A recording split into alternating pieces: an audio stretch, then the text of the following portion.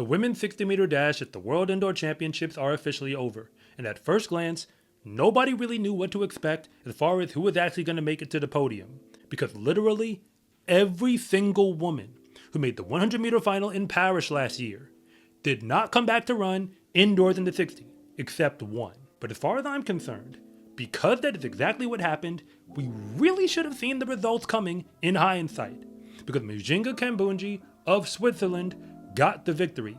She is now the world indoor champion in the 60-meter dash. Again. She did it first in 2022, but between then and now, she was in the Olympic final in the 100-meter dash. As a matter of fact, that's not the first time she was in the 100-meter final either. Behind her were Zaynab Dosso of Italy and Patricia van der Weken of Luxembourg getting the silver and the bronze medals. As far as Zaynab Dosso is concerned, depending on who you ask, she was supposed to be the favorite coming to this final. But like I said, depending on who you actually asked. And behind all of them was Iwa Swoboda of Poland in 4th place, which has to go down to the disappointment considering she was 2nd last year in this event. Which brings me now to the very real conversation, because although I gotta offer a shout out to all the women who got medals, we would be doing ourselves a disservice if we didn't actually pay attention to what went down out there. The one woman who was in the Olympic 100-meter final in 2024 came back and won the 60-meter dash the following year. And if you go back through the history, and I mean like all the history, you're gonna notice that is pretty expected.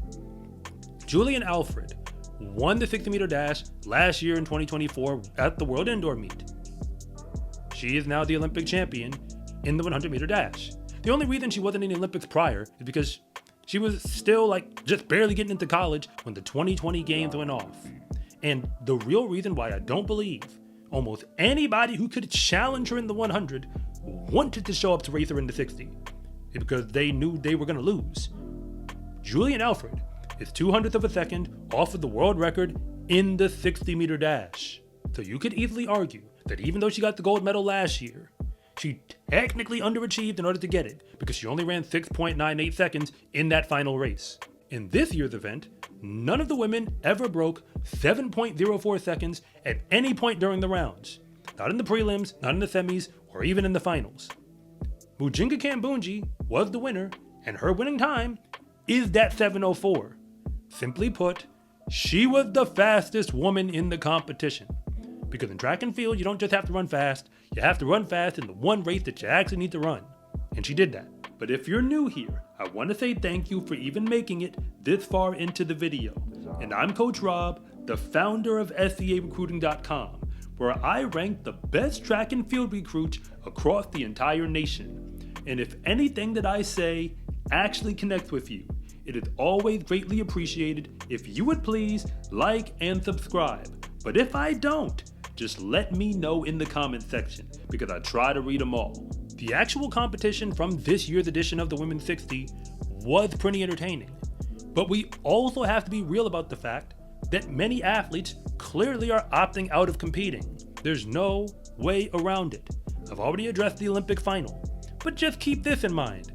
The two women who went 1 and 2 at the USA Indoor Championships, which booked their tickets to the World Indoor to begin with, Talara Barnes and Jacia Sears, both of them opted out of competing at World Indoors for whatever reason they have, which I respect. So if you take away all the women who are supposed to be America's fastest 100-meter runners, and then on top of that, take away the ones who are supposed to be the fastest ones in the 60 this year, it should not be a shocker that nobody from Team USA was in the World Indoor Final.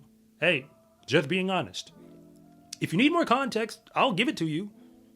The women who aren't running the 60 anymore, like the ones who ran it in college, but aren't running it now, we know they're competitive in the 60 because they were doing it well in college. The last time I ever saw Sha'Carri Richardson run a 60-meter dash was her freshman year in college in the NCAA Championship Final. She didn't win that race, but that's not too important.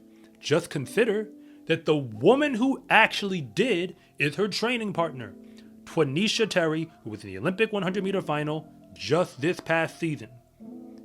And Melissa Jefferson, who also trained with her, won the NCAA in the 60-meter dash when she was in college.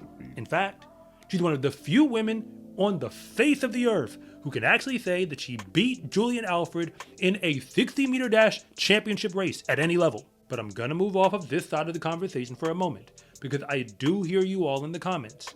So let's take a look at the history, and I mean like the last 15 years of the World Indoor 60-meter dash on the women's side. Because when I tell you, the women who win that event are Olympic 100-meter finalists, I am not joking. Every single champion except one, and I'll get to that exception in a moment, from 2010 up until now in that event, was an Olympic 100-meter finalist at the very least. Notice, I said at the very least. I ain't even gonna get into all of their accomplishments because some of them you should know by now. Veronica Campbell-Brown, Shelly Ann Fraser-Price, Muriel Lahore, Julian Alfred, and now Mujinga Kambundji twice. Aside from the one exception that I'm going to describe, all of them were 100-meter finalists at the Olympic Games. So when they go indoors in the 60, if you're not at least that level of talent, you ain't gonna beat them. Barbara Pierre is the only exception. She won the World Indoors in 2016, representing Team USA. But she ran in the Olympics prior, representing Haiti. She actually switched her nationality affiliation. The women she beat in that race, remember, I said she was an exception, were Daphne Schippers of the Netherlands and Elaine Thompson. Now Elaine Thompson, hurrah. I shouldn't have to tell you that much about her, but as far as Daphne Schippers, she's still an Olympic finalist in the 100 and an Olympic medalist in the 200. That's who Barbara Pierre had to figure out how to get ahead of. You can pretend that the 60-meter dash doesn't really matter if it makes you feel better, and I get it. The 2025 season is incredibly long, but World Championship medals do not grow on trees. And if you really want to win a gold one, even if it's indoors in the 60, you had better have enough talent to be right there in an Olympic final running the 100. That is exactly who Mujinga Kambundji actually is.